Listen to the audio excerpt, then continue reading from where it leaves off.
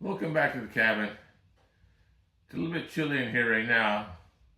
But we got the wood stove fired up and it'll get warm pretty soon. Then we'll get to cooking some lunch. Today for lunch we're going to have bacon and mystery meat. What's mystery meat? Well, it goes back a little ways. We were watching a YouTube channel. Some guy in Russia had kind of an underground cabin, bunker set up. And he was doing his bushcraft stuff, and come time to make supper, and he opened up a can of meat. Except we couldn't tell what it was because we couldn't read the label because it was in Russian. Now there's a 99% chance it was beef because that's what it looked like. Now that wasn't a derogatory comment because over here in North America, we have the ultimate mystery meat. Fast forward, the other day I was talking to a friend and he had commented on my videos that I was cooking bacon with everything and everything tastes better with bacon cooked. So yeah, we laughed at this joke and then I started thinking, well, what else can I cook with bacon? And I pretty much had forgotten about the whole thing.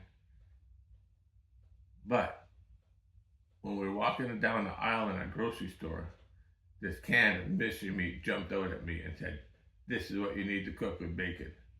So that's what we're going to do today. We're going to cook up a little can of mystery meat. It comes from the moniker that you use to describe unsolicited email of no value. That's what we're cooking up. So we're going to get the frying pan on the wood stove, get some bacon cooking, and then we're going to prepare our mystery meat. So stick with us. It should be a little bit of fun. Here's our can of mystery meat. I took the label off, but I think you can recognize the can and the key on the bottom. Look at that off. Man, it's been a long time since I opened up one of these.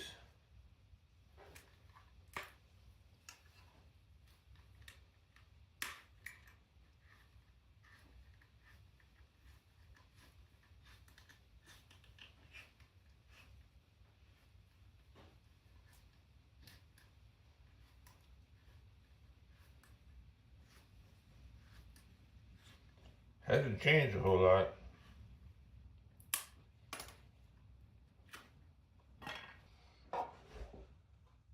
There, we can finally get it out of the can. That was a bit of a challenge.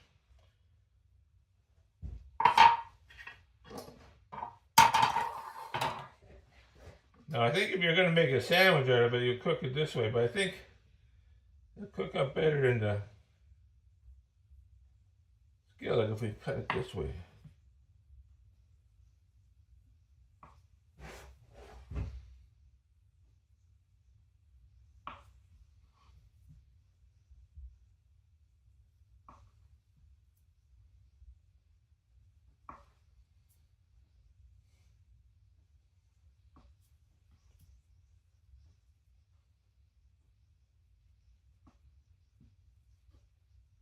There we go.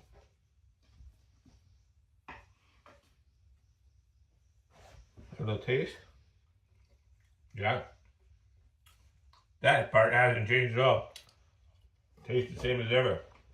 Anyway, we're going to have a quick look at the bacon. Tell her to come along. I'll get this cooked up.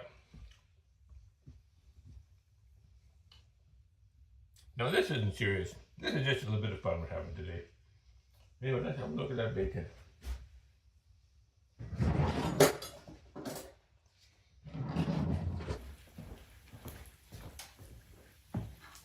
Bacon is all done.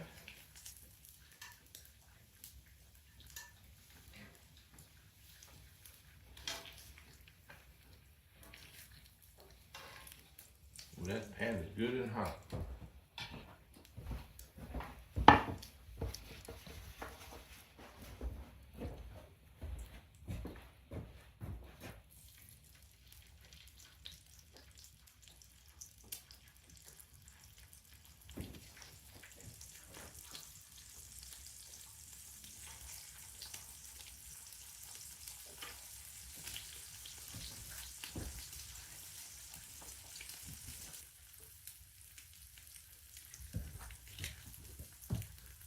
This pan is really hot. And this will cook up in no time at all.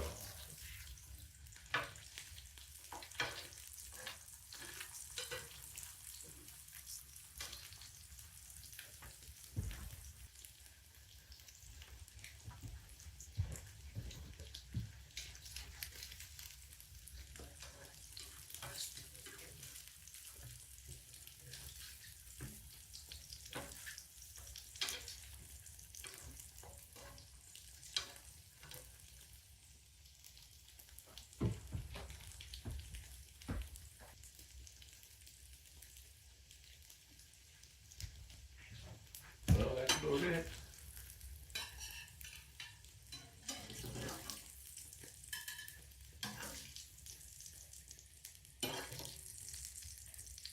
Let's see how this is going to taste. The cabin's good and warm now, and we have us a nice little lunch here to try. We have a honey jar. One of the reasons we think it's a honey jar is there's a honeycomb thing all around the bottom. That's kind of cool. And it's just my little fun thing I do here at the cabin when I'm having lunch.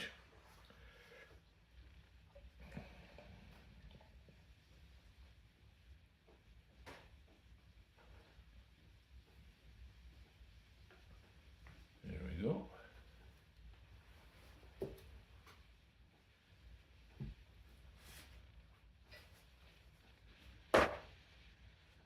So let's see what we have here.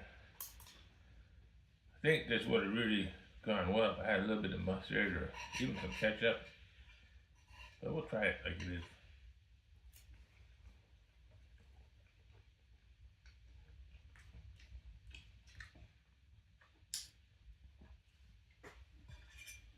A little bit of a story. We used to have this fox, this red fox that would show up in our place. Well, first we seen tracks going back and forth across the yard. So we thought we'd leave a snack out for him. And he was pretty happy to get that. Then we put this snack right in front of our big living room window. And every evening he would come along and he would enjoy his snack and we would have our little bit of entertainment. So we didn't always have a snack for him. So I seen the mystery meat was on sale. And I thought, hey, I'm going to pick one up for our little pet fox. So the first night, we cut it up into strips and we put it up with some regular leftovers from the meal. And he came and he ate all the leftovers and he wouldn't touch the mystery meat. And so we thought, well, the next night was the same thing. He ate all the scraps, but he wouldn't touch the mystery meat. So I thought, you devil. So the next night we just put out the mystery meat. Sure enough, he come along and he sniffed it and left. He would not eat the mystery meat. What does that tell you? A fox will eat pretty much anything. You've heard of the phrase, a dog's breakfast? A fox's breakfast is a lot worse. Oh my goodness. And he wouldn't touch the mystery meat. So anyway,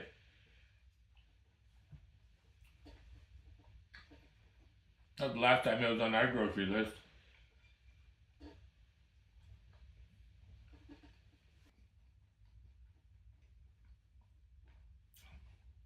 Another thing somebody commented on was, Pat, you sure have a lot of bacon. I was trying to think, before I started doing this little wood stove cooking thing at the cabin, I was trying to remember the last time I had bacon. It was probably last summer. You know, we would get a fresh tomato out of the garden. I have a bacon, lettuce, and tomato toasted sandwich. Other than maybe bacon bits in a salad or something. That's the last time I had bacon. It's not something I have a whole lot. I love it. But it's just not the best source of health food.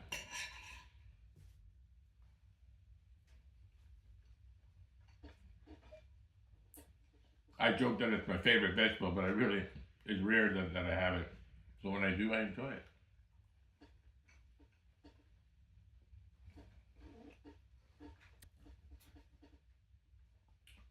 One of the videos I have, and I'll put at the end of this one, there's only two animals I've ever, well, three. I've had a coyote. But I'd say 99% of the videos I have in the field are of deer. But I got a video of a bobcat. And anybody who's owned a cat or had a lot of exposure to a cat, when you see this video, you're going to say, he's putting a sneak on a deer. Now, unfortunately, the video stopped. It was only scheduled to run for 15 seconds, then it shuts off and it doesn't start again for another minute. So I missed the end of the video, but we're going to show that little clip. You can't see the deer, but you can tell this cat is dead serious about whatever it is he's looking at. It's kind of a cool little video, so stay tuned to the end for that.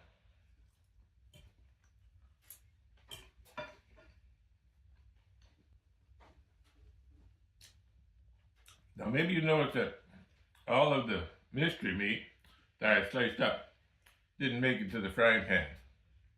No, I'm not saving it for a snack. I might leave it for a fox or a crow to have, but no thank you.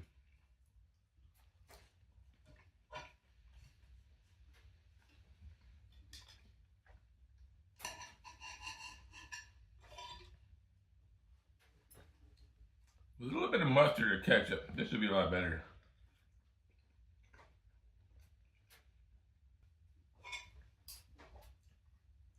Now for dessert today,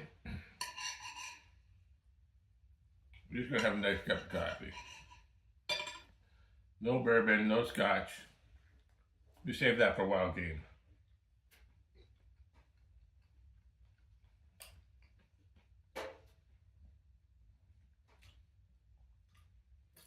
So on a scale of 1 to 10, the bacon gets a 10. The bread that my wife Shelly made, which is good, it also gets a 10. The mystery meat, 3. Gets a 3 out of 10.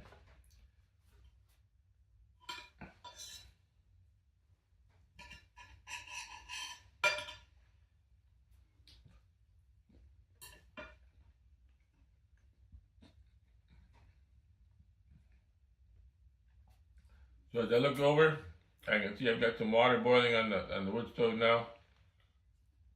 We'll get this tidied up and we'll have a little coffee for dessert. And we'll wrap things up. Mystery meat.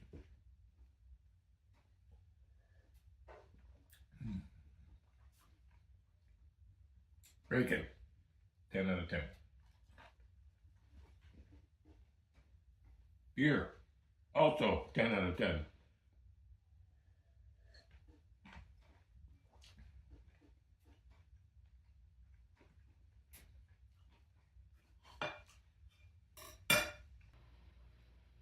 I'm going to enjoy some of Shelly's homemade bread.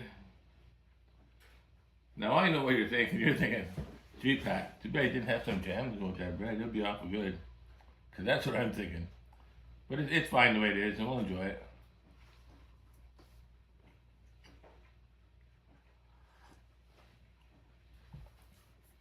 Looking down the road at some other wood stove cooking adventures. I didn't do the moose stew because my last piece of moose meat was a really nice cut. It was just too nice to chop up for stew. But I've got a bunch of venison from that doe that I harvested with my flintlock. So that's coming down the road. We still have to do the wild turkey. And we're probably going to do some bannock. Now when I do the bannock, you know I'm going to have some jam to go with that. And probably coffee. I think that's going to be really, really good when I'm looking forward to that. So I hope you enjoyed the video. Thanks for the visit. And we'll see you again soon.